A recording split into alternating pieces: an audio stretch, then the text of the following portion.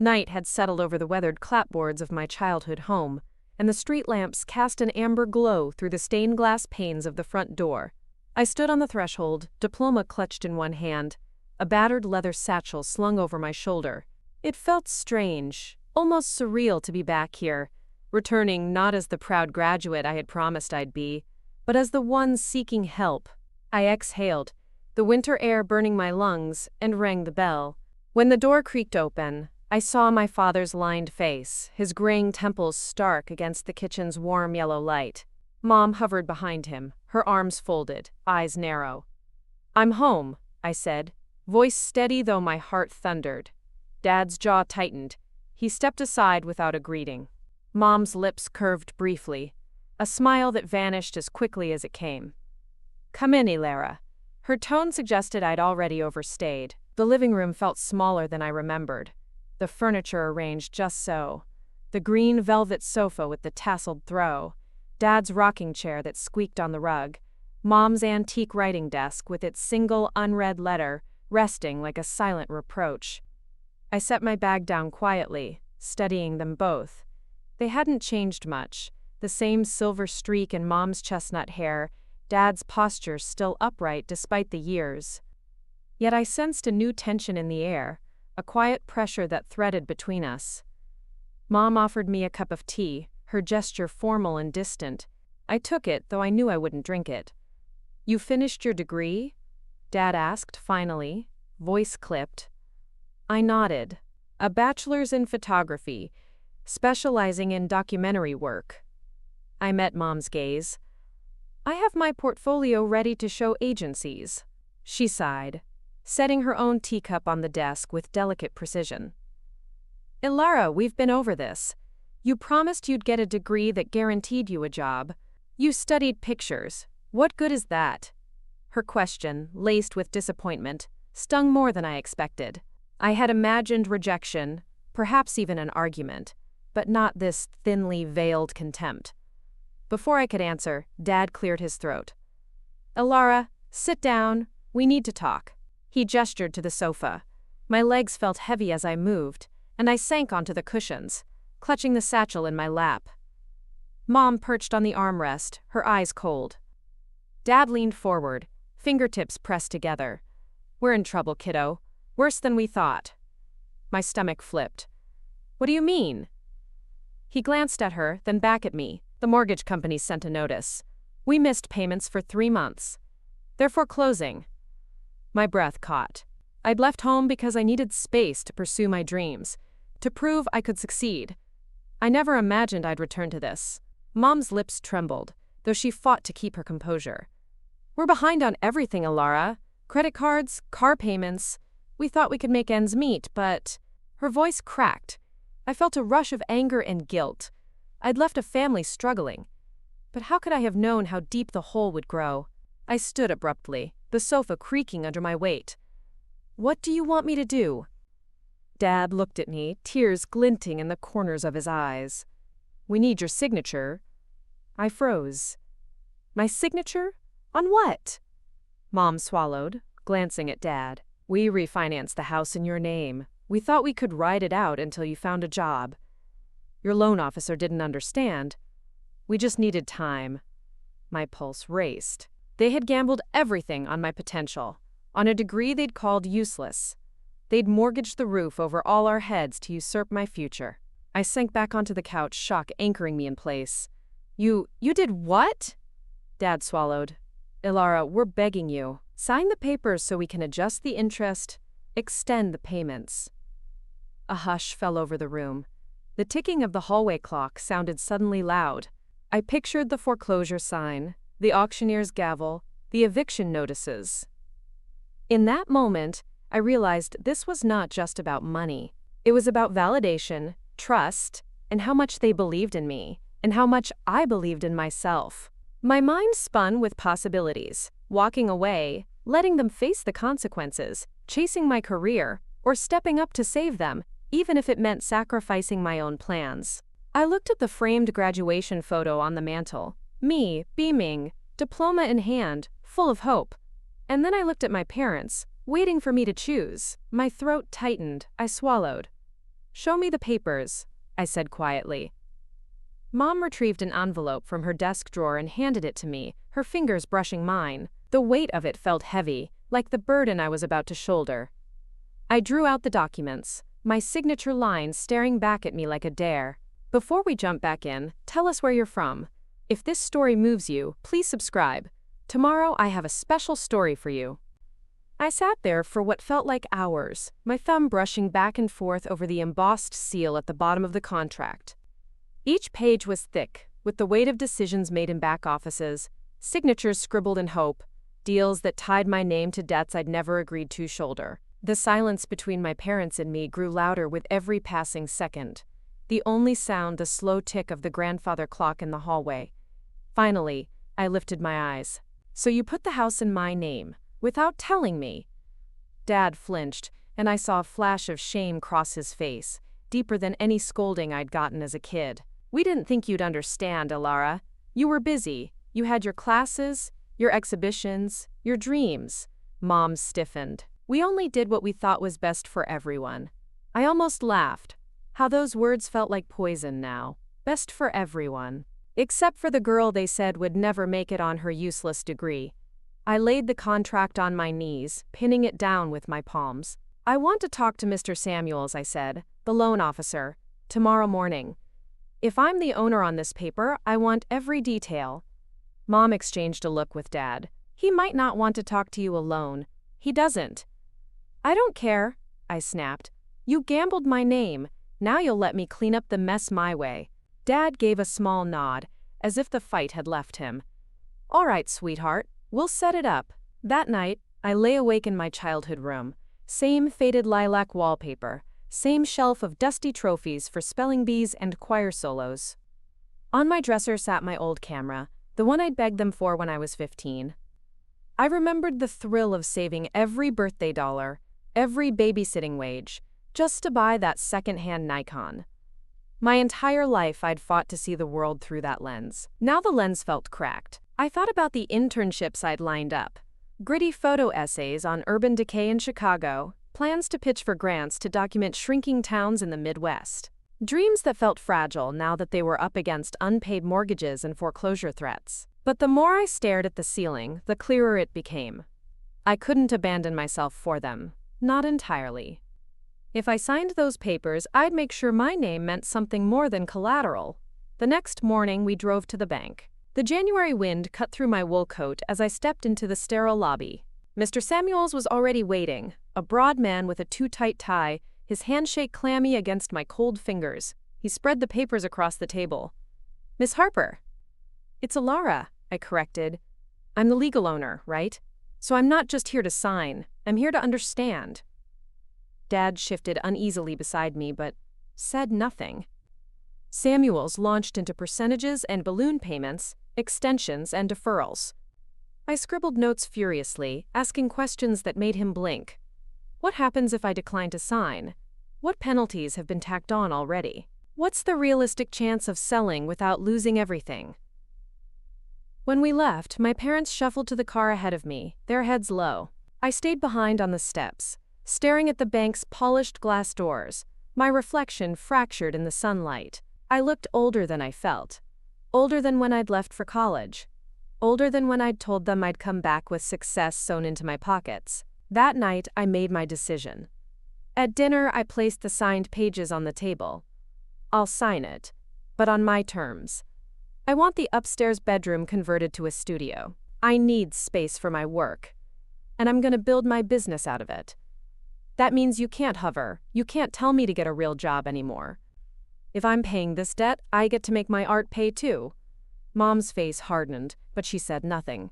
Dad looked at me like he wanted to argue, but the words died before they reached his lips. For the first time in my life, I felt the balance of power shift. They needed me, and whether they admitted it or not, they would have to see me for who I was becoming.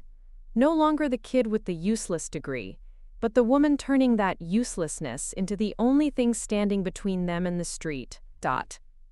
In the weeks that followed, I hauled my camera equipment out of storage, turned the old guest room into a chaotic mess of backdrops, lights, and battered props. I printed flyers, pitched to local businesses for promo shoots, and spent long hours photographing everything from engagement parties to insurance damage claims. I even booked my first solo exhibit at a downtown cafe, pinning up prints of abandoned barns and crumbling city blocks while sipping their burnt coffee for free. At night, I could still hear Mom on the phone with her sisters, complaining about how the house smelled like chemicals from my darkroom. But I also saw her at the door, peeking in while I edited, a flicker of something like pride buried deep in her frown. One evening, as I was packing up for a shoot with a local bakery that had agreed to pay me in installments, Dad knocked softly. He stepped in, holding an envelope. "From the bank," he said. "Looks like your payment plan was accepted. They're giving us 6 months." I sank onto the chair, feeling my knees give. Relief and resentment mingled in my chest. 6 months. That's all. He nodded. It's more than we had before. He lingered a moment longer, then did something he hadn't done in years. He put a hand on my shoulder and squeezed, his thumb brushing the strap of my camera bag. "You're doing good, Alara. Better than we deserve." I wanted to tell him that it wasn't about deserving. It was about survival, but the words stayed lodged in my throat. I spent that night developing prints in the converted closet darkroom. Red light glowed off the trays of developer fluid, the images blooming grainy and stark. Each photograph felt like a promise, proof that my vision, my work, might be the bridge between the life I wanted and the life they'd risked everything to hold on to. By spring, the calls started coming in. Families needing portraits, a local real estate agent who wanted fresh listings shot, even the local paper asking if I'd do a cover photo for their community issue. It wasn't enough to cover everything yet, but it was something, and I clung to that something like a lifeline. But just as I dared to believe the balance was shifting in my favor, I found Mom at the kitchen table one evening, bills scattered like confetti around her teacup. Her eyes were red-rimmed, a deep crease between her brows. "Ilara," she whispered when she saw me, "we're short again. The interest adjustment didn't cover the penalties. They're threatening to revoke the deal." I felt the walls close in, the air thick with the same dread that had settled in my chest the day I'd come home. But this time, the fear didn't feel paralyzing. It felt clarifying. This was my life now. No more illusions. No more pretending I could be free of them. I squared my shoulders. Then we find another way. But we're not losing this house. Not yet. She looked up at me, her eyes searching mine for the girl they once thought too naive to survive. But the girl was gone. In her place stood the woman they'd forced me to become. Stubborn, relentless, unafraid to sign my name to something bigger than any mortgage. And deep down I knew. This was only the beginning. ...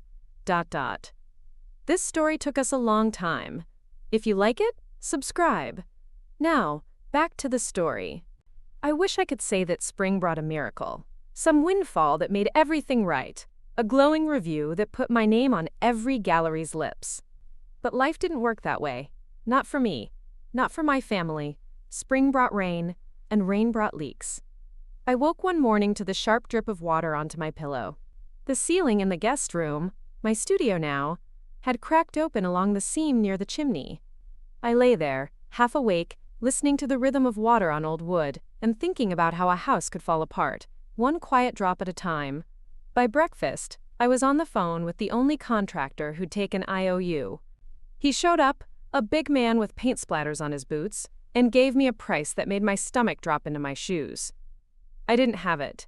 Mom and Dad certainly didn't. But the bank's 6-month lifeline would snap if the appraiser found damage like this. So I said yes. I'd pay him in installments, like I paid the bakery, like I paid the real estate agent, who'd agreed to partner with me for listing shoots. I'd add him to the growing list of people trusting me, this girl with the camera and the useless degree to make good on her word. The next few weeks blurred into a loop of waking up to pounding hammers overhead, then trudging out into the city with my battered Nikon bag slung across my shoulder. I shot birthdays, school plays, charity fundraisers, anything that paid enough to cover the next invoice. The days felt endless, the nights even longer as I edited, uploaded, pitched for more. Sometimes I caught Mom standing in the doorway, arms crossed, eyes softening when she thought I couldn't see. Dad would poke his head in, offering me stale coffee and half-hearted apologies about the noise. But I didn't need their apologies anymore. I needed the work. I needed the house to stay standing. One evening, after another 12-hour day that ended with me on my knees mopping rainwater off the floorboards, I found a letter in the mail slot. A heavy envelope with a gold-embossed seal. For a moment, my heart leapt. I imagined it was a grant approval, an offer for an exhibition, a fellowship that could wipe out my debt in one swift stroke. Instead, it was a notice from the county inspector. An anonymous complaint about unlicensed work, a potential fine for not filing repair permits. I knew exactly who'd done it. Our neighbor, Mr. Fisher, who'd been trying to buy the place cheap since before I left for college. He wanted our misfortune like a vulture wanted a fresh carcass. I sat on the porch steps, the envelope heavy in my lap, feeling the chill of the April wind bite into my bones. The weight of it all pressed down so hard I thought I'd snap. But then I remembered the camera in my bag. The shutter that never lied. The vision that had always seen beauty where others saw ruin. I stayed up that night drafting emails. I reached out to every local paper, pitched an idea about a photo essay, Homes on the Edge, an honest look at families fighting to keep old houses from slipping through their fingers. I'd tell our story, and Fisher's greed would be a footnote I'd expose in plain sight. A week later, the editor at the Gazette called me in. She sat across from me in a cramped office above a bakery that smelled like burnt bagels, leafing through my prints. "These are raw, Alara. Honest. People like honest," she said, tapping her finger on a photo of our cracked ceiling, the tarps sagging like wounded wings. She paid me half up front. It was barely enough to cover the next contractor's payment, but it bought me something more valuable, time. Time to finish the series, time to put our family's fight on paper, time to remind myself that this degree they'd mocked might actually be our salvation. One afternoon, I came home to find Dad waiting for me on the porch. His eyes were bright, almost hopeful.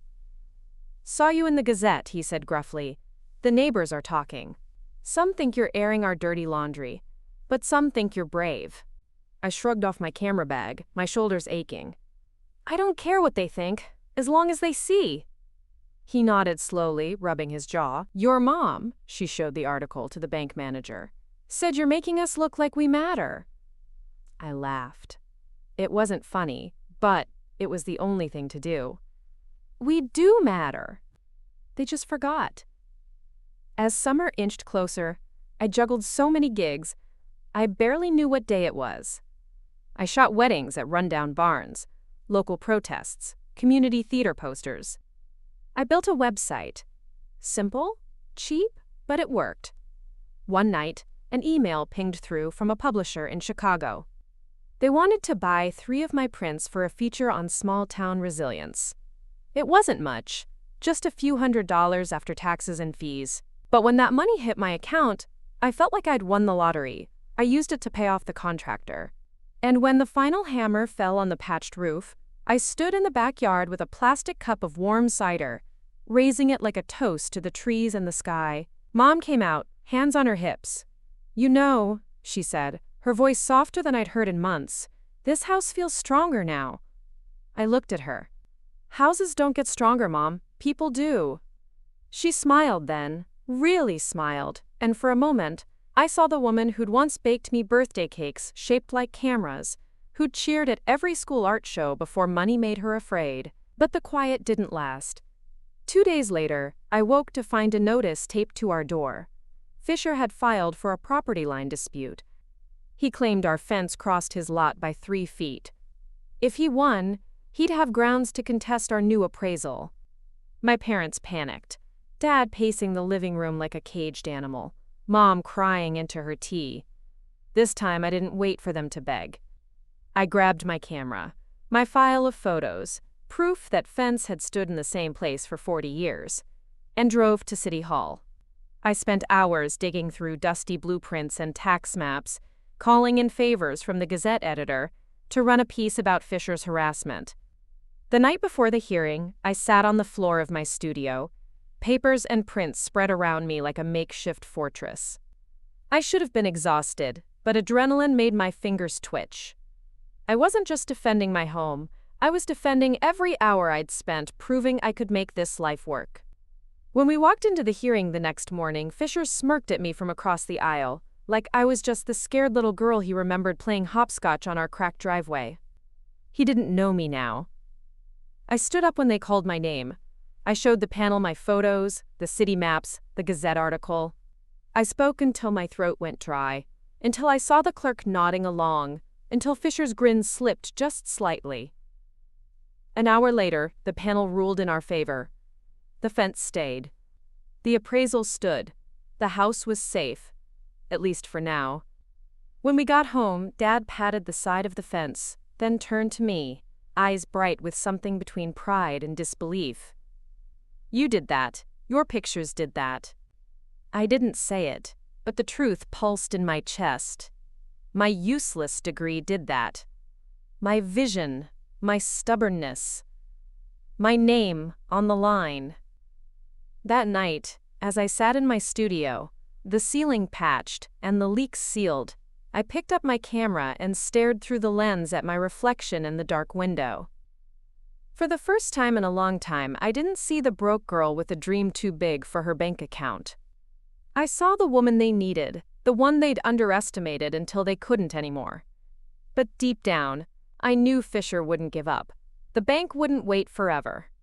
The deadlines loomed like storm clouds, and my gigs could only stretch so far.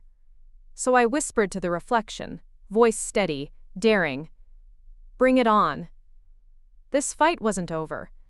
And neither was I. ... Before we jump back in, tell us where you're from. If this story moves you, please subscribe. Tomorrow I have a special story for you. I didn't sleep that night. The adrenaline of winning the property line hearing had burned through me like a fire. But as the hours crept past midnight, that blaze turned into something colder, heavier, a sense that the next battle was already waiting in the dark. At dawn, I pulled my hair into a messy bun, brewed the strongest coffee the ancient percolator could manage, and sat at my studio desk. The piles of invoices, receipts, client files, and photo proofs looked like the floor of a paper factory after an explosion. I stared at it all, the burden pressing down on my shoulders like a sack of wet sand. Mom peeked in. "You didn't sleep." I didn't answer. I just flipped open my laptop, logged into my bank account, and watched the blinking cursor under available balance. The number was smaller than it had been last week, much smaller. I was doing everything right, shooting every gig I could land, chasing down every late payment, marketing my work on social media until my eyes crossed, but it felt like standing in a rowboat scooping water out with my hands while a hurricane raged overhead. Mom shuffled closer, her robe trailing behind her like a ghost of old comfort. "Alara, maybe you should, get a steady job, something stable, until—" "No." The word came out sharp. She flinched. I softened it with a sigh. "Mom, this is my job. This is what's keeping this roof over our heads. You think some entry-level office gig will pay what we need? You think I'd even get hired in time?"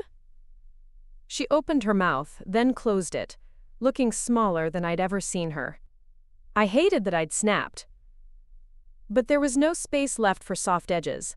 "I'll figure it out," I said. "I always do."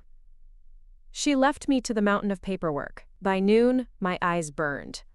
I was halfway through drafting new package rates for portrait sessions when my phone buzzed. An unfamiliar number. I hesitated, thumb hovering. Instinct said scam. Or maybe a collection agency calling to harass me for one of Dad's old debts. But I answered anyway. "Alara Harper speaking." A woman's voice crackled through. "Miss Harper? My name's Valerie Chen. I'm a coordinator for the Regional Arts Alliance. I saw your photo essay in the Gazette." My heart stuttered. "You did?" "Yes. It's good. Raw. We're organizing a showcase. Emerging Voices in American Documentary. We'd like to invite you to apply." I pressed my palm to my forehead, trying to process. An exhibition. A real one. Not a cafe wall or a local library nook, an actual showcase. Curated, funded, with a stipend that could cover 2 mortgage payments if I got in. What's the catch? I asked, my voice cautious. Valerie laughed softly. No catch. Just submit your portfolio, artist statement, and an idea for a small talk you'd give. We'll shortlist candidates by next month. Next month, I echoed. A month felt like a lifetime in my world now, but it was something. Something bigger than photos of birthday cakes and dented cars. I thanked her, hung up, and stared at my reflection in the dark monitor. My mind spun with possibilities. I could do a series on my neighborhood, the families hanging on by a thread, the kids who played in cracked driveways while foreclosure signs sprouted like weeds. It would be good. No, it would be powerful. But the fear clung to my ribs like ivy. What if I poured myself into this and it wasn't enough? What if the bank didn't care that my pictures were hung in a gallery downtown while they auctioned off my house? I pushed the thought aside and got to work. I spent days shooting new material. Long walks through the parts of town no tourist ever saw, knocking on doors asking neighbors if I could photograph their stories. Some let me in. Some slammed the door in my face. I kept going, chasing light through alleyways and abandoned lots, capturing what survival looked like under peeling paint and sagging roofs. At night, I edited until my eyes burned. I stitched their stories together with my own.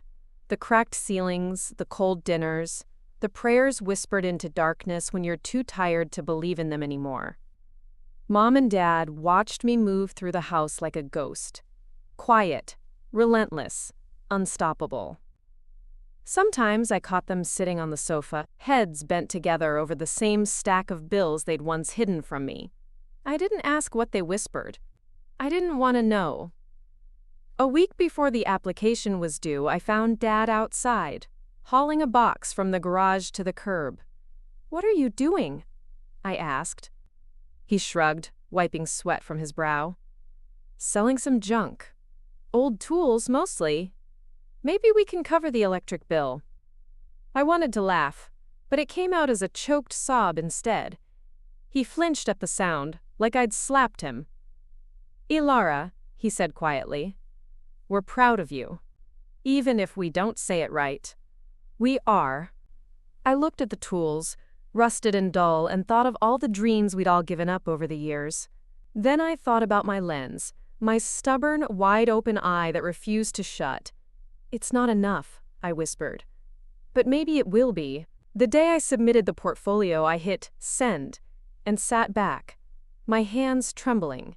For a heartbeat, I let myself believe. I let myself imagine my photos on bright white walls, my name on a placard, people reading the stories behind the images and seeing something of themselves in the cracks. But that same night, the bank called.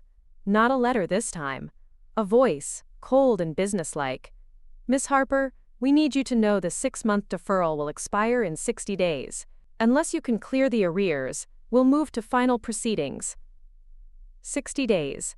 2 months to make up more than what I'd earned in the last 6. When I hung up, Mom was standing behind me. She pressed a hand to her mouth, her shoulders shaking. "We can't lose it, Ilara." "We won't," I said. My voice didn't even crack. "I won't let us." The next morning, I swallowed my pride and called a client I'd been avoiding. Mrs. Beaumont, the local real estate mogul. She'd once asked me to shoot a series for her website, luxury homes way outside my usual beat. I'd turned her down because her smirk made my skin crawl, the way she talked about helping people like us as if she were tossing scraps to stray dogs. Now I needed scraps. When she answered, her tone was syrupy sweet. "Well, look who finally came to her senses. Do you still need that shoot done?" "Of course, darling. Tomorrow morning, bright and early. Bring your best gear. I want these listings to sparkle." So I did. I spent 3 days crawling through marble hallways and sun-drenched foyers, photographing kitchens bigger than my entire first apartment. Beaumont watched me like a hawk, tapping her blood-red nails against her phone every time I paused to adjust my lighting.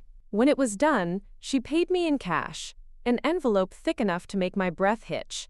But as I tucked it into my camera bag, she leaned close, her perfume cloying. "You know, you could do so much better if you'd just stop wasting time on charity cases."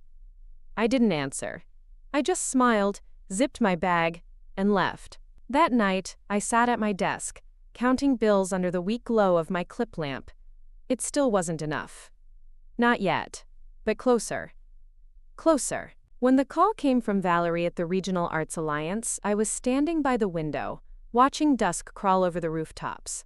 "Alara?" she said, breathless. "You got in." I slid down the wall, legs trembling. I what? "Your photos. Your talk. The panel loved your honesty.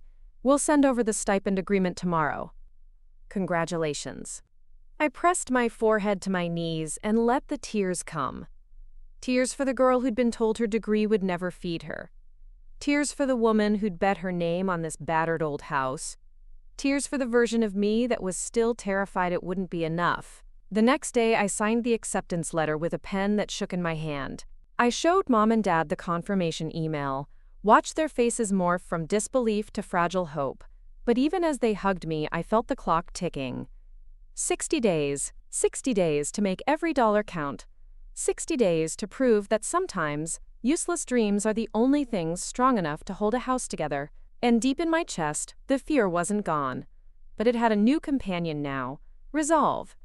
This was just the beginning. The storm hadn't broken me yet. And I wasn't going anywhere. ... This story took us a long time. If you like it, subscribe. Now back to the story. 60 days. It sounded manageable in theory. 2 months to come up with enough money to stop the bank from yanking the last piece of solid ground out from under us. But reality was never kind enough to work in straight lines. 2 weeks after I signed the Regional Arts Alliance contract, the gallery director emailed. They wanted my final prints ready for framing in 3 weeks, along with a revised artist statement and a media kit. Photos of me at work, a short behind-the-scenes video, something personal and compelling to entice donors. I sat in my studio, the cracked window letting in a sharp, March wind, staring at my laptop like it was a wild animal ready to bite. Between the gallery requirements, my day-to-day paid shoots, and the bank's looming deadline, I felt like a piece of taffy stretched too thin. One rip, and everything would snap. Mom found me that night at the kitchen table, eating toast for dinner because we'd run out of pasta. "You're pushing too hard," she said, voice gentle but tired. "You look sick, Alara." I wanted to snap at her, to remind her that it was my pushing that had fixed the roof, my pushing that had won the fence dispute, my pushing that had landed me in a real gallery show. But when I looked at her, shoulders rounded under a threadbare cardigan, all I could do was shake my head. "There's no such thing as too hard right now." She sat beside me, placing a soft hand over mine. "We're proud of you." I didn't know what to do with that, so I tucked it away like a folded note I'd read again later, when there was more time to breathe. The next morning, I loaded my camera bag and headed to the north side of town for a last-minute job. An insurance adjuster who needed proof shots of a vandalized storefront. Not exactly award-winning work, but the check would help cover the next mortgage installment. As I walked through broken glass and snapped the wreckage in harsh morning light, I couldn't help but think about how much life felt like this. Standing in the aftermath, trying to find an angle that made the ruin look bearable. When I got home, Dad was waiting on the porch, an envelope in his hand. I froze when I saw the bank's logo in the corner. "It's a warning," he said quietly, not meeting my eyes. "They're sending an appraiser to assess the house's condition next week. If they don't think it's worth the refinance, we lose the deal." "Next week?" My voice cracked like a cheap plate. "Dad, we're still patching the upstairs bathroom." He rubbed the back of his neck. "I'll talk to Miller. Maybe he can finish the tile work early." I laughed, a hollow, brittle sound that made him wince. "With what money? We can't afford a miracle, Dad." He didn't have an answer. Neither did I. That night, I emailed every client I'd ever worked for. Family portraits, property shoots, the bakery, the real estate agent who only hired me because my rates were cheaper than the pros. "Referral bonus," I wrote. 20% off your next booking if you bring me new clients. Then I spent 3 hours watching YouTube tutorials on building a crowdfunding page. I'd never wanted to be one of those sob stories. Help the poor artist keep her family home. But pride was a luxury I couldn't afford anymore. I uploaded photos of the house, the leaky ceilings now patched, the freshly painted porch, the fence that marked the line we'd fought so hard to keep. In the campaign description, I told the truth. They called my degree useless. Now my degree is the only thing saving us. When I hit publish, I felt naked, exposed, but also oddly free. If the world wanted to watch, let them see it all. The next day, the Gazette ran a follow-up piece on my upcoming gallery show. They linked to the fundraiser without me even asking. Donations trickled in $5, $20, $50 at a time. Not enough to fix everything, but enough to prove someone somewhere thought my fight mattered. In the middle of all this, the gallery asked for a promotional video. Valerie's voice was chipper on the phone. "We'll send a student filmmaker to capture you working at home. It'll make the exhibit feel more authentic." Authentic. That word made me laugh until I nearly choked. What could be more authentic than water stains under fresh paint and a father who spent his nights fixing leaky pipes by torchlight? When the film student showed up, a wiry kid named Micah with a Canon and a voice that cracked when he said hello, I nearly told him to leave. But he lifted his camera like it was a shield, like he understood what it meant to hide behind glass. So I let him follow me. He filmed me sorting negatives, adjusting lights in my makeshift studio, even catching the moment Mom peeked through the door and offered me a sandwich I couldn't afford to eat. When he packed up, he said, "You're braver than most people I've met." I wanted to tell him I wasn't brave. I was cornered, but I just nodded. Days bled into nights. I shot 3 more real estate listings for Beaumont, who now treated me like her personal pet. She bragged to her clients that her photographer was about to be featured downtown. Each time she smiled, her teeth glowed like a threat. I hated every second, but I hated the thought of my parents sleeping in their car more.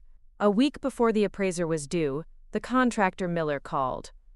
"Ilara, I'm sorry, but I can't do the upstairs tile without the deposit. My guys need to eat too." I hung up, my ears ringing. The bank wouldn't care that my camera work was getting praise, that a gallery was hanging my name on a wall. They'd care that the bathroom looked like a war zone.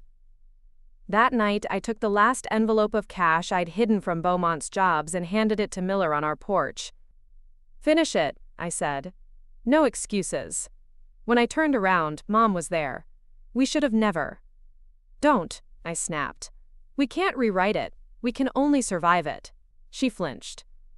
I did too. The day of the appraisal, I woke before dawn, scrubbing floors until my hands bled. Dad hammered the final piece of trim into the bathroom door just minutes before the appraiser's car pulled up.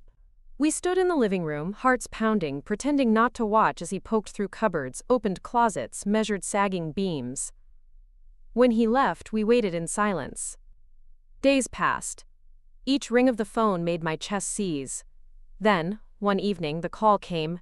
The appraisal was enough. Not great, not good. But enough to keep the deal alive. If we could clear the back payments by the end of the 60 days, we had 37 left. That night, I lay awake in my studio, the hum of my laptop keeping me company. My crowdfunding page had stalled at just under $2,000, barely a dent in what we needed. The comments were kind. "You're so talented, Ilara. You're an inspiration." But kind words didn't pay mortgages. I opened the email from Valerie with the final exhibit poster. My name, big and bold. Ilara Harper, Homes on the Edge. For the first time, I let myself cry for what I'd lost. The belief that I could build this dream without dragging my family through hell. The faith that art alone could carry me. But when the tears dried, I felt something new. Not hope.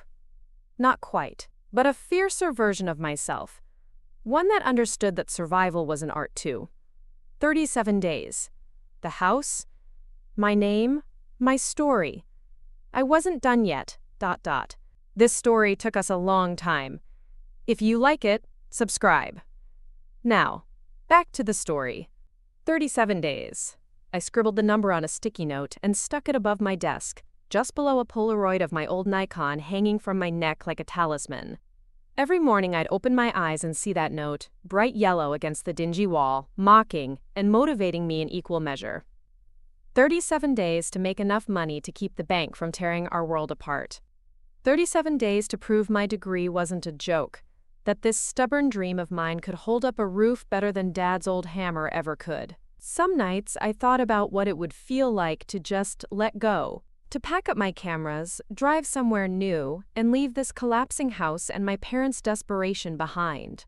But every time the fantasy crept close, I'd hear Mom's soft footsteps in the hallway or see Dad's work boots by the door, muddy, cracked, a lifetime of loyalty and mistakes stitched into the seams. And I knew I'd stay. So I kept moving. I shot back-to-back gigs, senior portraits for kids who couldn't afford studio rates, pet photos for a local groomer trying to spruce up her website, before and after shots for a charity that renovated the community center. I bartered when cash ran thin, taking home groceries instead of checks. I did it all with a smile because desperation has a way of sharpening your edges until you're smooth enough to slip into any room. My crowdfunding page crawled upward. A few strangers shared it on Facebook. A local mom blogger wrote a sweet post about my inspiring hustle. It helped. Not enough, but some. One afternoon, after an especially brutal day editing shots of a luxury penthouse I'd never afford to stand in, I found Mom in the kitchen sorting through envelopes. She looked up when she heard me, her eyes puffy. "I was thinking," she said, voice trembling, "maybe we could sell some of the furniture. The old hutch in the dining room? Your grandmother's." I dropped my camera bag with a thud. "No, but it might help." I said, "No, Mom." I didn't mean to shout. The words cracked through the air like a whip. She flinched, clutching the stack of unpaid bills to her chest. The guilt hit me a second later, sharp as broken glass. "I'm sorry," I whispered. Please. I'll figure it out." She didn't say anything else. She just sat down at the table, her shoulders caving in. I went upstairs to my studio, shut the door, and buried my face in my hands. I'd become the thing I hated. The fragile thread holding everything together, stretched so tight I was afraid I'd snap. When I lifted my head, my phone buzzed. A text from Micah, the student filmmaker from the gallery. "Trida, chobuhuth your videos up." I clicked the link, bracing myself. There I was, on screen, hunched over my desk, adjusting lights, staring through my viewfinder at peeling wallpaper and hope. Micah had layered in quiet piano music, soft and raw. I watched Mom peek through the door with her sandwich. I watched myself laugh, awkward and nervous, explaining how my useless degree taught me to see stories nobody else wanted to tell. When it ended, I read the comments. Tiny bubbles of strangers' kindness floating in the digital sea. "You're brave. You make me believe dreams can matter. Don't stop." I didn't know whether to laugh or cry. Instead, I shared it everywhere. My Instagram, the crowdfunding page, even my old high school alumni forum. I needed them to see me.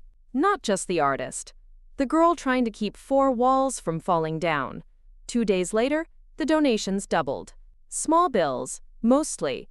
$5, $10, a few $100s from distant cousins I hadn't heard from in years. It was something. Not enough. But something. Meanwhile, the gallery asked for final promo photos. Valerie called, chirpy as ever. "Elara, darling, the press is interested. They might want to feature on you. Maybe even a local news spot." "A news spot?" I echoed, half dizzy from lack of sleep.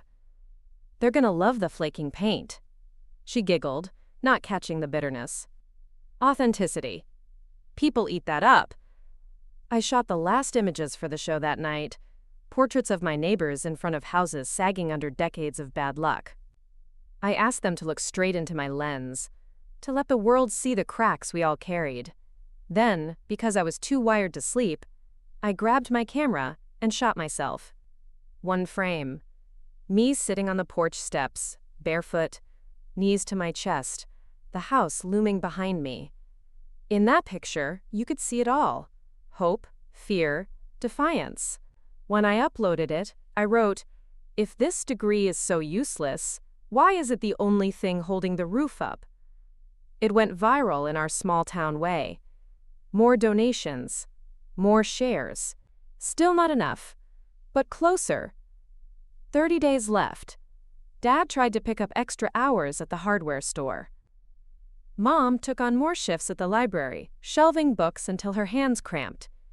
We were all spinning the same plates, praying they wouldn't fall. But the bank was never patient. One cold morning, I opened an email from our loan officer. Final warning. 30 days remain to clear arrears, no exceptions. I slammed my laptop shut so hard the screen flickered. My breath hitched. I went to the studio, dropped to the floor, and pressed my forehead to the carpet. I told myself I could cry for 5 minutes. Then I had to get up. 5 minutes passed. I got up. Beaumont called that afternoon. "I have a new project," she purred, like she was offering me a gift wrapped in poison. "A luxury estate. The family wants it done tomorrow. Triple your usual rate." Triple. It felt like a lifeline wrapped in barbed wire. "I'll be there," I said. The house was an architectural marvel. Glass walls, polished marble, a view that stretched to the horizon. The owner barely acknowledged me. Beaumont hovered, her stilettos clicking across the floor while I adjusted my tripod. "You know, Alara," she said as I shot the grand staircase. "Someone like you could go far if you weren't so sentimental. You're wasting your gift on people who can't pay you back." I didn't answer. I just kept shooting. When I got home, I hid that check under my mattress. It would cover the next installment, but barely touch the penalties stacked up like bricks around my neck. 25 days left. The gallery opening loomed closer. Valerie called again. "You'll need something to wear. Something professional, but authentic." I looked at my closet. Threadbare sweaters. Jeans worn white at the knees. Authentic, indeed. I didn't care.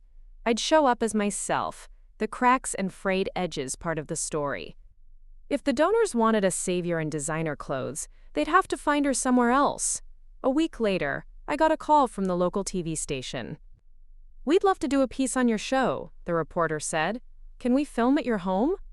I almost laughed. "Sure, but it's not pretty." "That's what people connect with," she said, her voice bright. "Your story is what sells it."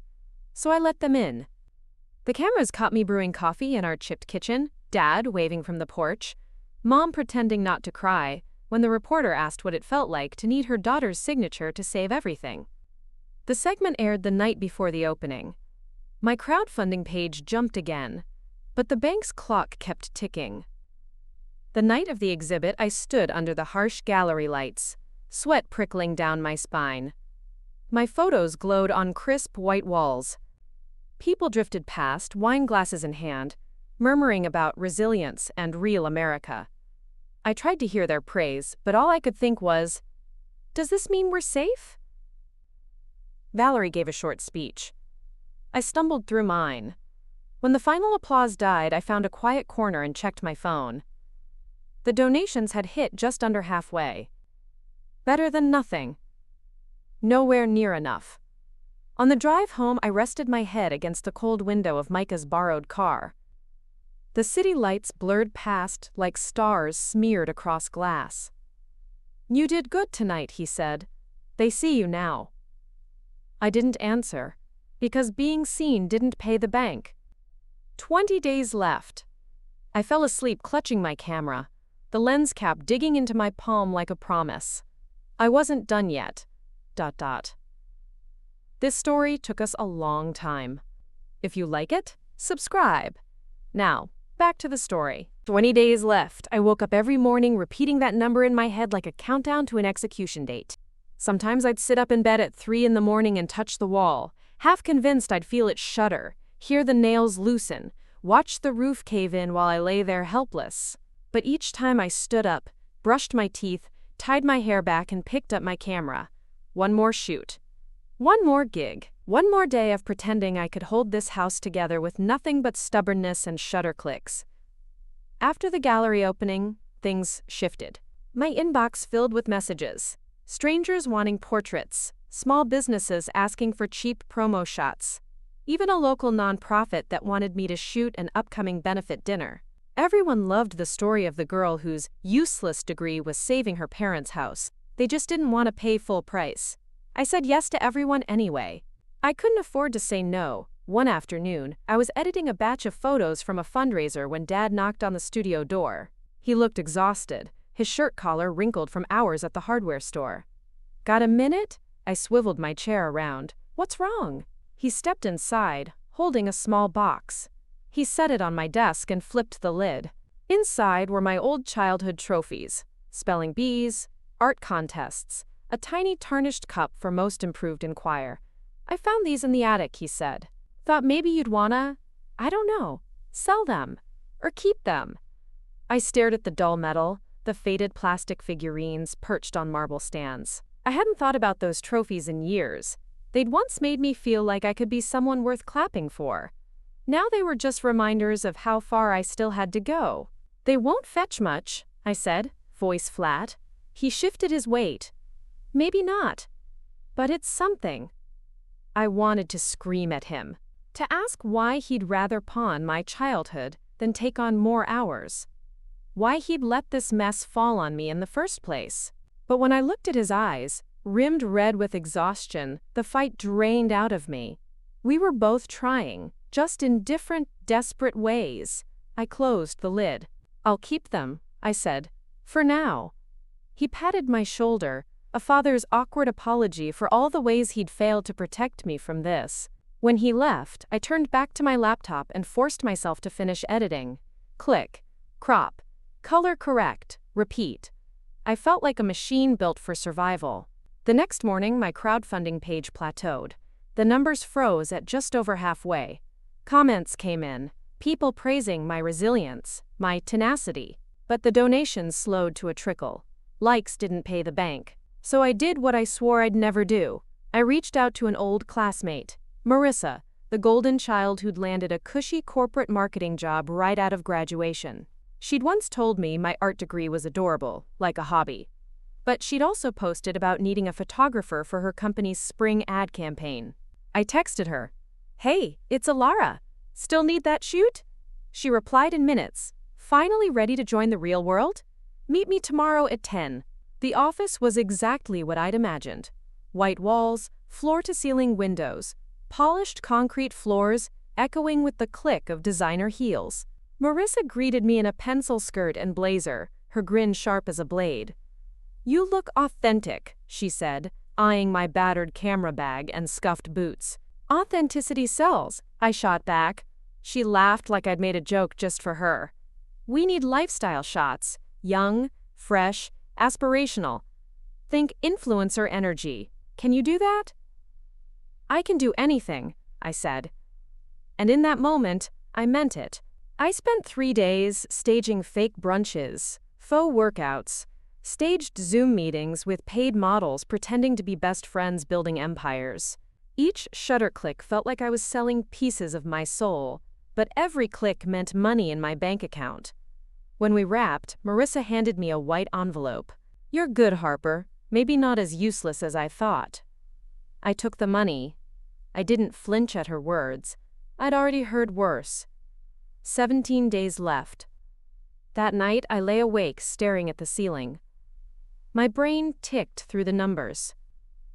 If I booked 3 more shoots this week, if the fundraiser kept creeping up, if Dad picked up 1 more weekend shift, maybe, just maybe, we'd scrape by.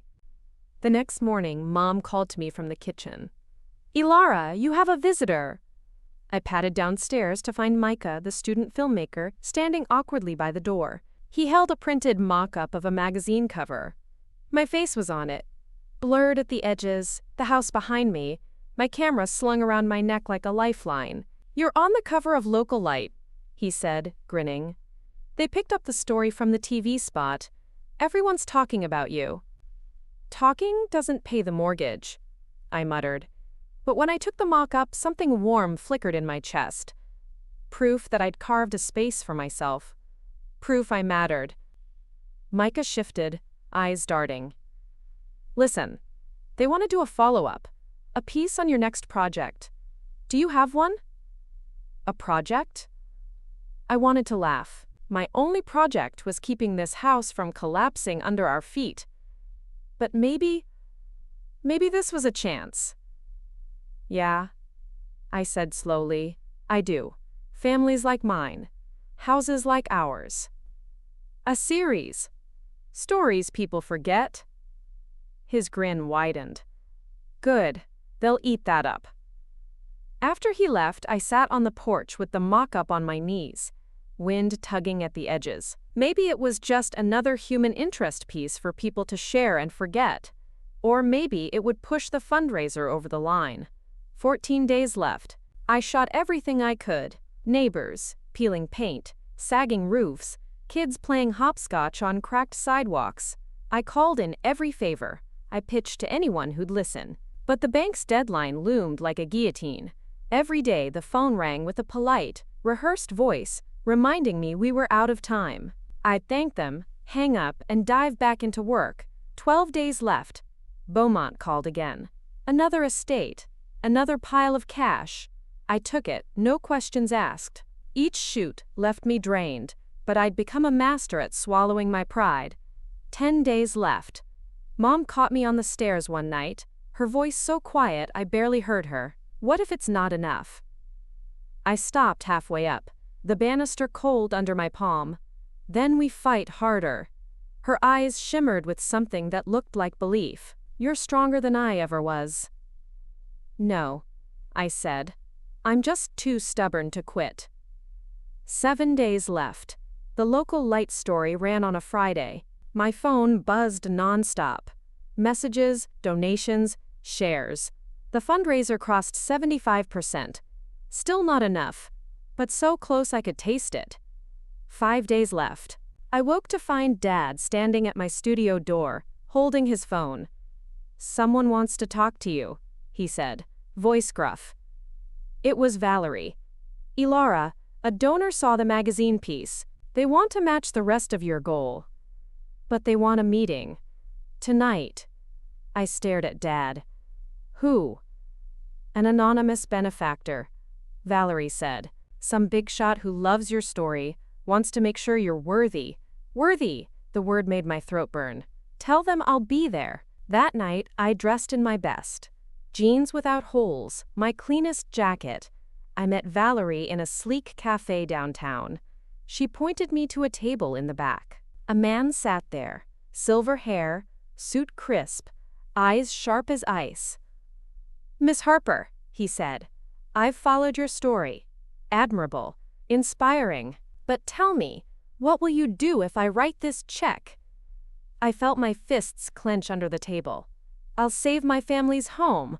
I'll build my studio right here. I'll use what you give me to do what they said I couldn't. He tilted his head. And if I don't?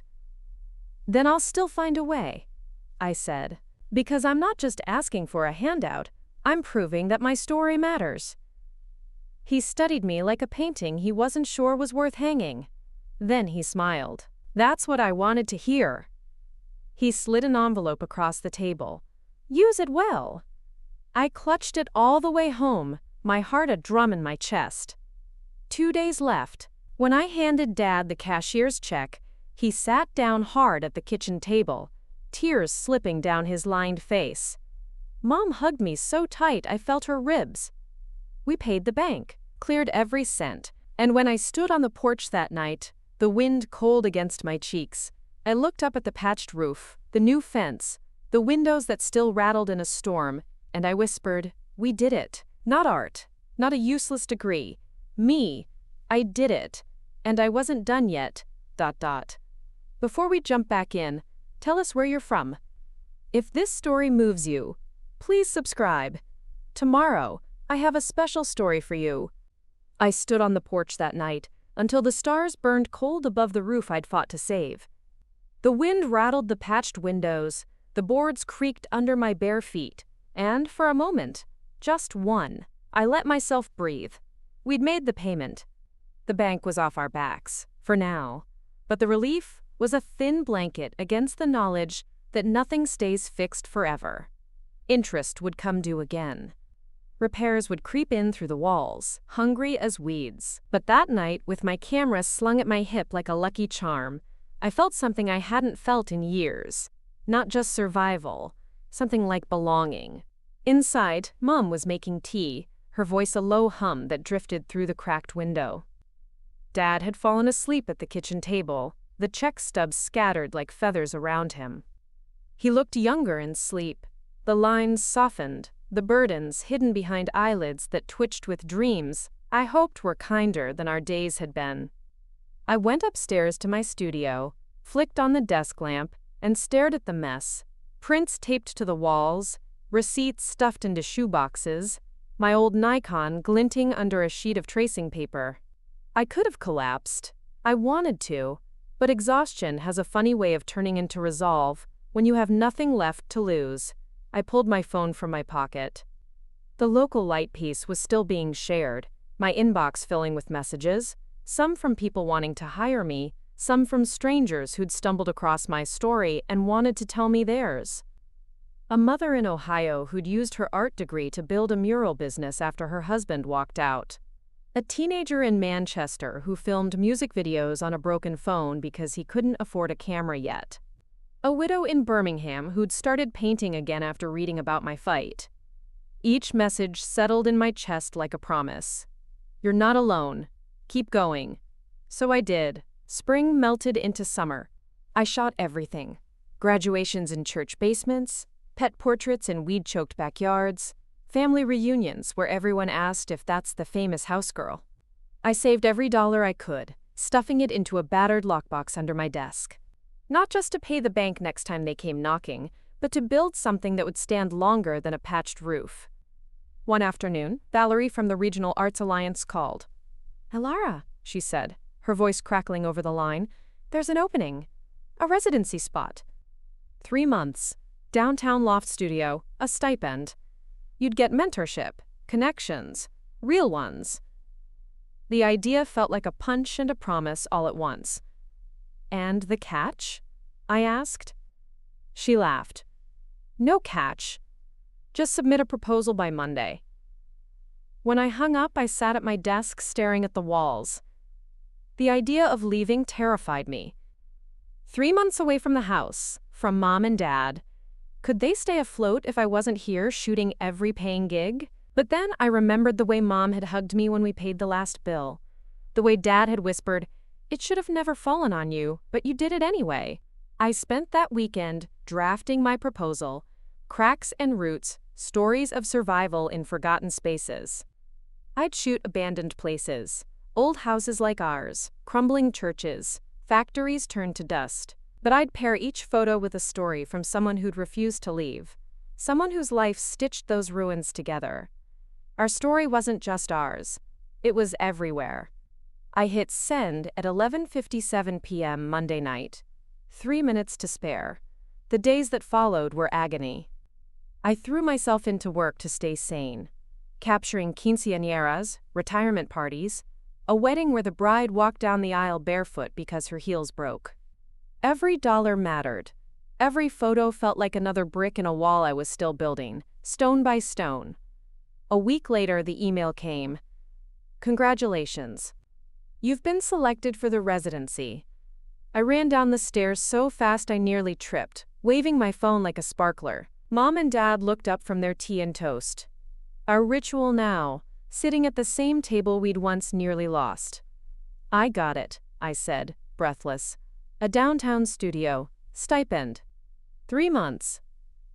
Mom's eyes brimmed with tears. She tried to hide behind her mug. Dad stood up, wrapping me in a hug that smelled like sawdust and old flannel. "You deserve it, Alara." But even in that warm cocoon of pride, the fear coiled tight in my gut. Who'll keep the shoots going? Who'll handle the bills? Dad's hand tightened on my shoulder. "You've given us enough to stand on. We'll figure it out. You need to do this." And so I did. The first day in the loft studio felt like stepping into someone else's dream. Exposed brick walls, high ceilings, light that spilled in through tall windows like a benediction. I set up my old camera on a battered tripod and just stood there. For once, there were no leaking roofs, No late-night calls from the bank. No Beaumont hovering like a vulture. Just me. And my lens. And the stories I still had to tell. I spent days wandering through the city's forgotten edges. I shot rows of boarded-up shops, graffiti-slashed alleyways, playgrounds with swings that squeaked like memories. But I also knocked on doors. I asked people to share their stories, how they'd survived when the world said they couldn't. An old woman with cigarette paper skin who'd kept her grandmother's house standing with duct tape and prayer. A single dad who'd turned his basement into a boxing gym for neighborhood kids. Each portrait felt like a hymn, proof that survival isn't always about shining bright. It's about staying when it's easier to leave. On weekends, I went home. Mom would pack leftovers into old yogurt containers, pressing them into my bag. Dad would slip me envelopes of receipts and small notes like, "We're okay. Keep going. Wissasi." One Sunday night, sitting on my studio floor under a halo of prints, I realized something. This was bigger than our house. Bigger than me. Every cracked wall I'd shot, every face I'd framed against peeling paint, it all sang the same song. We're still here. When the final gallery night of the residency came, I wore my best again.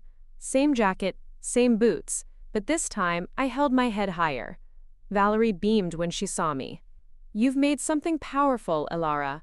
The room filled with people pointing at my photos, reading the tiny handwritten captions about each survivor, each home that refused to fall. Somewhere in the back, I spotted Dad standing awkwardly by a display, Mom gripping his hand like she'd never let go. Micah was there too, filming. "A follow-up," he said with a grin. "They'll want this for the next piece." When the night ended, I stood at the window, staring down at the city lights. Valerie came over, her heels clicking on the polished floor. "What's next?" she asked. I looked down at my hands, stained with ink, nicked from handling old frames, trembling from too much coffee and too little sleep. "Next," I said, "I go home. I fix what's broken. And then I find more cracks to fill." She smiled. "You'll do more than fill them. You'll turn them into stories people can't ignore."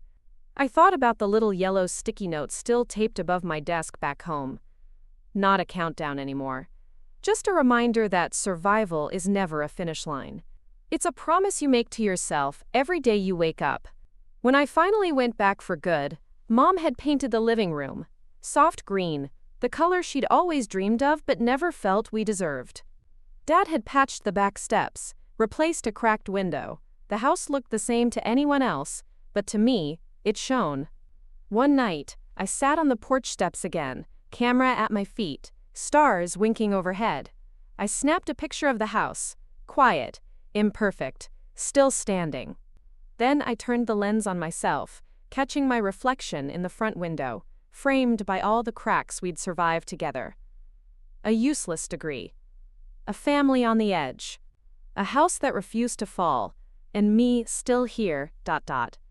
2 more great stories are next. Don't miss them. Subscribe and turn on notifications. When I woke the next morning, it was the bird song that did it, louder than it should have been, echoing through the thin walls of a house that felt more alive now than it had in years. The spring air slipped in through the cracked window above my bed, carrying the smell of cut grass and wet earth. I lay there, blinking at the ceiling, listening to the creak of the floorboards under Dad's boots downstairs, the faint clatter of Mom moving mugs in the kitchen. For the first time in what felt like forever, there wasn't a single envelope from the bank propped on the hallway table like a threat. And yet, peace wasn't quite what I felt. Because the moment you catch your breath after fighting to survive, you hear it. That whisper that says, "What now?" I padded down the narrow staircase barefoot, camera strap hanging loose from my neck like a necklace. Mom turned from the stove when she saw me, her hair pinned back with the same cheap clip she'd worn since I was 12. She gave me a tight smile, worry lines carving soft canyons into her face. "Sleep okay?" she asked. I nodded. "Yeah, you?" She shrugged, pouring tea into her cracked porcelain mug. "Better now that I know the house is safe." She hesitated, eyes drifting toward the window, where the fence line we'd fought to keep still stood sturdy against the sunrise. "But I worry, Elara. You can't hold all this alone. I opened my mouth to argue, old reflex, but the words died on my tongue. Because she was right. And we both knew it. I don't plan to, I said instead, quiet but firm. It's time I do more with what I have. She arched an eyebrow. More? I lifted my camera, its weight as familiar as my own heartbeat. I want to turn the residency project into a book, the Cracks and Roots series. People wanted those stories, and there are hundreds more out there, Mom. Families like ours, barely holding on, but still standing. If I can tell those stories, maybe I can build something that doesn't just keep the lights on for us, but helps other people too. She sipped her tea, her hands trembling just slightly. It's a beautiful idea, but beautiful ideas don't always pay the bills. I know, I said. That's why I'm not just hoping, I'm planning. I spent that afternoon sitting cross-legged on the studio floor. Stacks of prints fanned out around me like fallen leaves. I marked them with sticky notes, scrawled captions in pencil. Edith, 89, mended the roof with tar and prayer. Hassan, 43, turned a boarded-up grocery into a community center. Each face stared back at me with eyes that said, "Don't just capture us, do something." But I knew that printing costs alone would eat up every dollar I'd scraped together. I needed more than hope. I needed backing. So I did something I hadn't done since college. I pitched. I wrote emails to local publishers, to regional art funds, to a former professor who'd once called me the kid with the eye for the forgotten. For days, my inbox stayed empty, but every rejection just made me sharper.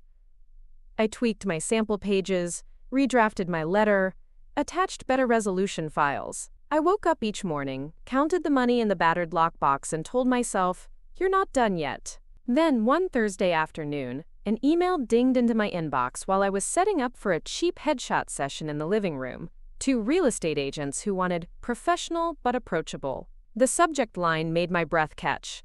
Interest in Cracks and Roots. It was from Alina Perez, an independent publisher in Chicago who specialized in documentary photo books. She'd seen my residency show on social media. Micah's video of my artist talk had apparently made the rounds. She wanted a virtual meeting. When the headshots were done and the agents gone, I sat on my studio floor in my ripped jeans, hair still pinned back, ring lights still glowing behind me, and opened her video call. Alina was maybe in her early 40s, her black hair pulled into a sleek bun, eyes kind but sharp. "Ilara," she said, her voice warm but businesslike. "I think what you're doing is needed, but I need to know you have the stomach to make it bigger than your block." "I do," I said, fingers clutching the mug of stale coffee I hadn't sipped yet. "It's not just about our house anymore. It's about all the places people try to forget." She leaned back in her chair. "Good. Then here's what I'm prepared to do. If you can shoot 20 new homes in the next 4 months, real families, real stories across the Midwest, I'll front half the production costs, but you need to find the other half." Half. A number that felt like both a miracle and a mountain. I pressed my lips together. "I'll find it." She smiled, small but sincere. "I think you will. Because the people you shoot, they're still here because they don't know how to quit." When the call ended, I let out a laugh that cracked into a sob halfway through. The house was saved, yes. But now the work was bigger than my cracked bedroom window and my parents' frayed nerves. Now it stretched into towns I hadn't walked yet, front porches I hadn't knocked on, stories waiting for someone to see them.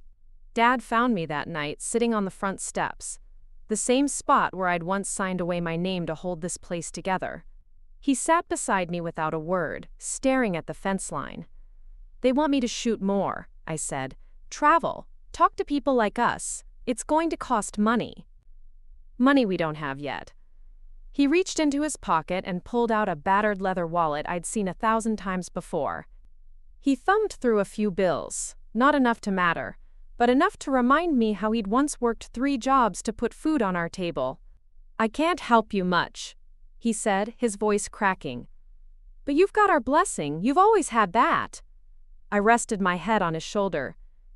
I know. By Monday, I'd posted a new fundraiser, this time not to save a house, but to amplify the people who lived in the ones worth saving. I reached out to Micah. "Another video?" I asked. He grinned over the phone. "Always. Mom helped me sort my gear. Dad offered to fix my old car so it could handle the miles. And when I walked out that door with my camera bag slung across my back, I knew this was more than a hustle to pay bills. This was a chance to prove that a useless degree could grow roots deep enough to hold up more than our own roof." By the end of that week, the first new family opened their door to me. A young couple with 2 kids, and a house that leaned so far sideways it looked like a question mark from the street. They poured me coffee in cracked mugs, told me about the nights they slept in the living room because the upstairs floor felt like it might give. I snapped their portraits on the porch, their hands laced together like the beams that held their walls steady. As I drove away, I glanced in my rearview mirror. The house looked fragile, but they were standing strong, just like we did. This wasn't just my story anymore. It was everyone's. And I was ready to tell it. ... This story took us a long time. If you like it, subscribe. Now back to the story. I didn't waste a single dawn that spring. The moment the sun slipped over the horizon, I was already moving, loading my gear into Dad's old sedan, its engine coughing awake like an old dog shaking off sleep. The back seat rattled with my camera cases, a battered tripod wedged against the window, the map of the Midwest spread open on the passenger seat like a promise waiting to be kept. Each house I visited became another chapter. The woman in Toledo who turned her dining room into a sewing shop to keep her grandkids fed. The brothers in Gary who rebuilt their mother's porch one plank at a time when the city threatened to condemn it. The retired miner in Akron, who slept in his living room because the upstairs floors had sagged into ruin.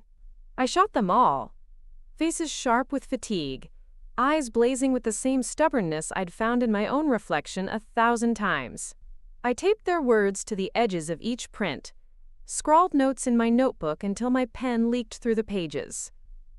Back home, Mom kept my inbox organized, flagging every new donation to the fundraiser like a tiny lifeline tossed across deep water. Dad checked the car oil before every trip, slipping gas money into my glove box when he thought I wouldn't notice. Some nights I'd roll back down our cracked driveway at midnight, the house glowing faintly through the trees. Inside, the kitchen light would be on, Mom waiting with reheated stew, Dad pretending he wasn't about to nod off over the same crossword he'd been working on for years.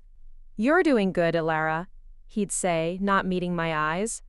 "Your granddad would be proud." I'd swallow the lump in my throat and pretend the exhaustion pressing on my ribs was just hunger. But exhaustion is never just exhaustion. It's the weight of all the miles you still have to go. Halfway through June, Micah called. "Hey, Local Light wants another video, a progress piece. People are following the fundraiser like a reality show." I laughed, one sharp bark that tasted like disbelief. "A reality show about a girl with a camera and a busted car. They love you," he said, "because you make them believe they could do it too." I wanted to tell him the truth. Some days, I didn't believe it myself. But instead I said, "Tell them I'll give them something worth watching." So Micah shadowed me for 3 days, shooting me as I trudged up leaning front steps, knocked on doors, balanced my tripod in overgrown yards. He caught the moments I never wanted to share. Me crying behind my camera after hearing a story too raw to hold. Me calling Dad from a gas station because I'd miscalculated mileage and didn't have enough for the tank home. Me falling asleep in the front seat with my head pressed to the steering wheel, my camera bag cradled in my lap like a child. When the video went up, the donations jumped again. Not by thousands, never that easy. But steady. Enough to keep the next tank full, the next hotel cheap but safe. I kept shooting. By July, my proposal binder was thick with images and transcripts. Alina called every week, her voice calm but relentless. "Keep pushing, Alara. I've got the printers lined up. You get me these last 10 houses. We're greenlit for spring." One sweltering afternoon, somewhere outside Dayton, my car gave out. The radiator steamed like a kettle on a dying stove. I stood there, sweat dripping down my back, thumb out on the shoulder of the road, my camera bag at my feet like a flag planted in defeat.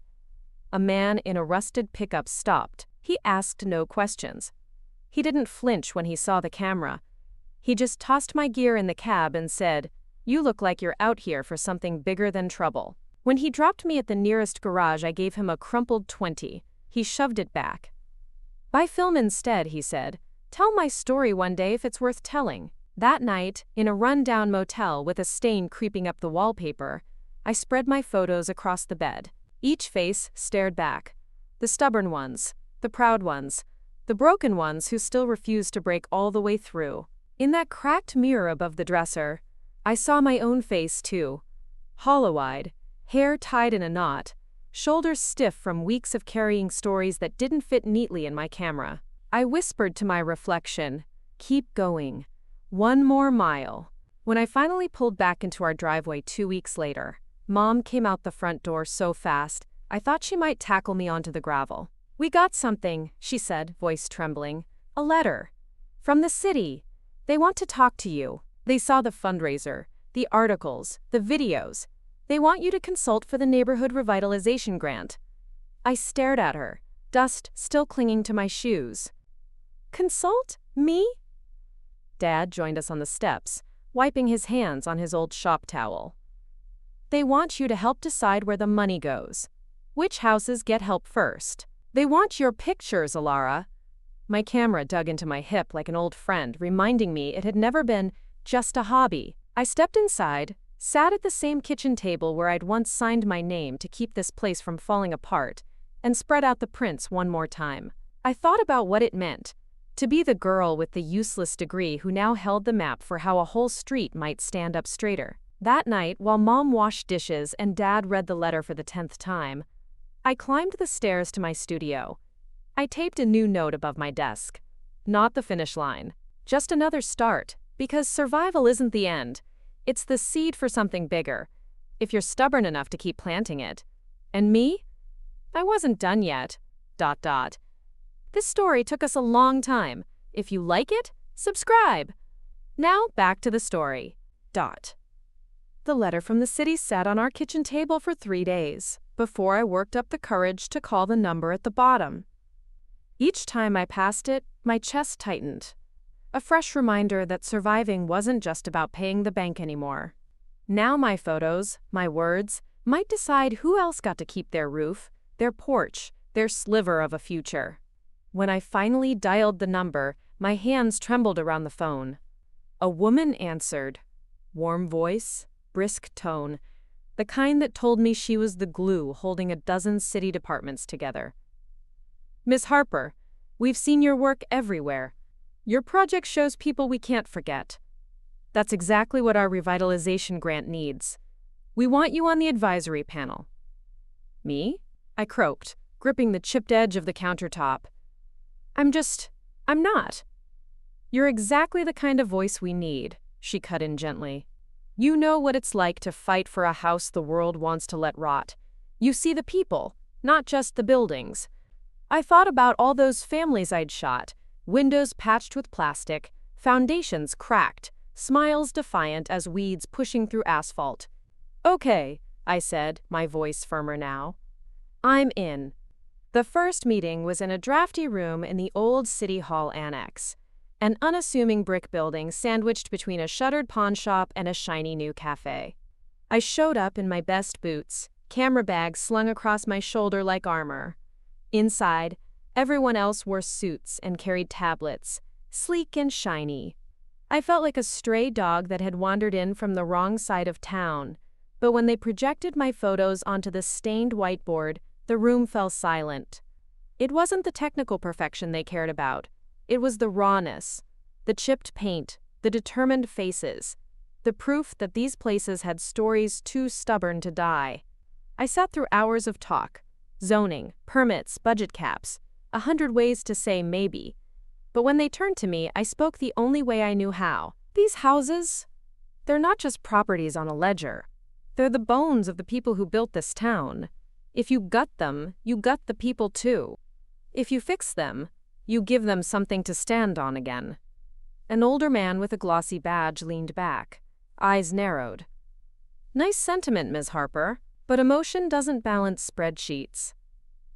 I held his stare, my pulse a hammer in my ears. Then balance the numbers on what happens when you keep ignoring them. Condemn one house, the rest follow. One family leaves, two more give up. You want to fix the numbers? Fix the bones first. When I walked out that night, I thought they'd laugh me off the panel. Instead, the woman who'd called me Deborah caught up to me on the steps. You were the only one who made them shut up and listen. Good work, Alara. I drove home in the dark, headlights sweeping across the fences and boarded-up windows of the streets I'd grown up on. I thought about Dad's old mantra, you can't fix everything, kiddo. Maybe not, but you could sure as hell fix something. The next few weeks were a blur of late nights and early mornings. I shot more homes for the book, sat through more city meetings than I could count, fielded calls from journalists who wanted to frame me as the, quote, local hero who saved her family home and now wanted to save everyone else's too. I hated the word hero. It tasted cheap, like they'd only say it until the next headline came along. One evening, I came home to find Mom at the kitchen table, sorting a pile of old letters. She held one out to me, an envelope so thin it felt like it might crumble. It's from your grandma's attic, she said, your great-grandfather's deeds. Did you know he built the original porch himself? Hammered it after long shifts at the foundry. I traced the faded ink, the ancient date. A century ago, someone in my bloodline had done exactly what I was doing now, fighting for 4 walls and a roof, one nail at a time. Seems like you got more than his nose, Mom teased, her eyes shining with something fierce. Dad appeared in the doorway, wiping sawdust from his shirt. Your fundraiser's almost there, huh? I nodded. If the last sponsors sign on, the printer's lined up. The first run should cover the final costs. He smiled, the lines around his eyes softening. And then? And then, I said, my throat tight, I take this story as far as it'll go. A few days later, I stood in front of our house again. Camera lifted, lens trained on the porch Dad had just finished sanding down. I shot the new paint, the fresh boards, the fence we'd fought to keep.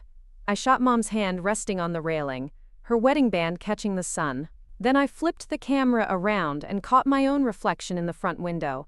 Hair wind-tangled, eyes tired but clear. The same stubbornness in my shoulders that once signed a paper to keep this place ours. This house didn't just stand because I'd saved it once. It stood because I'd learned to keep saving it. Every day, every photo, every fight. When I turned to go inside, my phone buzzed. Micah's name lit up the screen. You ready? He asked when I picked up. For what? For the next story, he said, laughter in his voice. Everyone wants to know what you'll do after this. I looked back at the house. New paint, same bones, same roots. I thought about all the other houses out there waiting for someone to see them. The ones leaning just a little too far to one side, the ones whose owners still slept in living rooms because the roof leaked upstairs. I lifted my camera again and took one last shot of the front door. I'm not done yet, I said, and this time I knew it was true. ... This story took us a long time. If you like it, subscribe. Now, back to the story. The last weeks of summer stretched out in a haze of blistering heat and endless miles. I traveled with my camera bag like it was stitched to my shoulder, back roads through forgotten towns, neighborhoods nobody put on postcards. The farther I went, the clearer it became. This story had never just been mine. Some nights I'd pull off the highway, park in the gravel shoulder, and sit with my window rolled down, letting the wind carry the hum of distant trains. I'd close my eyes and think about that first day I'd come home, diploma in hand, believing my useless degree would build me a life somewhere far away. I'd thought escape was the prize. Turns out, staying was the work.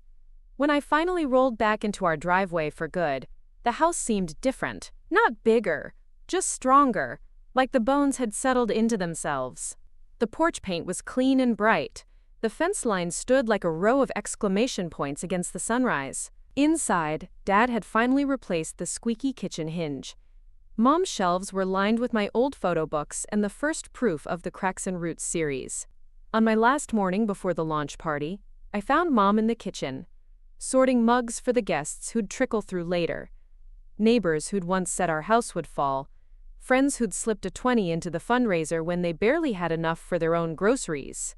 "Do you think they'll come?" she asked, pushing her glasses up her nose. "They will," I said. And I knew it. Because this house had stopped being just ours the moment I'd turned my lens outward. Micah showed up with his camera crew an hour before people arrived. He filmed Dad tapping a crooked sign into our yard. "Neighborhood Stories, launch party this way." He caught Mom fussing over the new porch steps, smoothing imaginary dust off the boards like they were precious heirlooms. When the first neighbor climbed those steps, carrying a pie covered in foil, I felt something crack open in my chest. I'd spent so long chasing the dream of being seen, gallery lights, magazine features, local TV spots. But standing there on that battered porch, passing out mugs of weak coffee to people who'd fought just as hard for their roofs as we had, I realized this was what it was all for. A reporter from the Gazette showed up halfway through. He tried to get me to stand by the fence for a posed photo. "Hero with a camera," they'd write. But I made him shoot the crowd instead. Kids chasing each other under the maple tree, old Mr. Fisher from 3 doors down hugging Mom like an old grudge finally buried. Faces that had weathered the same storms I had. When dusk fell, I sat on the steps alone, Micah's camera light drifting over the yard. "You ready?" he asked, flicking the switch off. "Ready for what?" I asked back. "Whatever comes next," he said. I looked out at the porch. My parents stood framed in the doorway, shadows stretching out across the yard.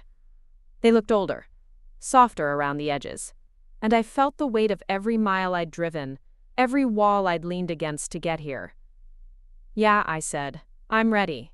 The book launched 2 weeks later in a tiny independent bookstore that smelled like old paper and hope. I signed copies under yellow lamplight, my name scrawled next to black and white portraits of families who would never know what it meant to give up. When the last guest drifted out into the street, Micah caught me outside, the sidewalk still warm under our feet. "Alara," he said, his voice low over the hum of passing cars. "You know they'll want another one?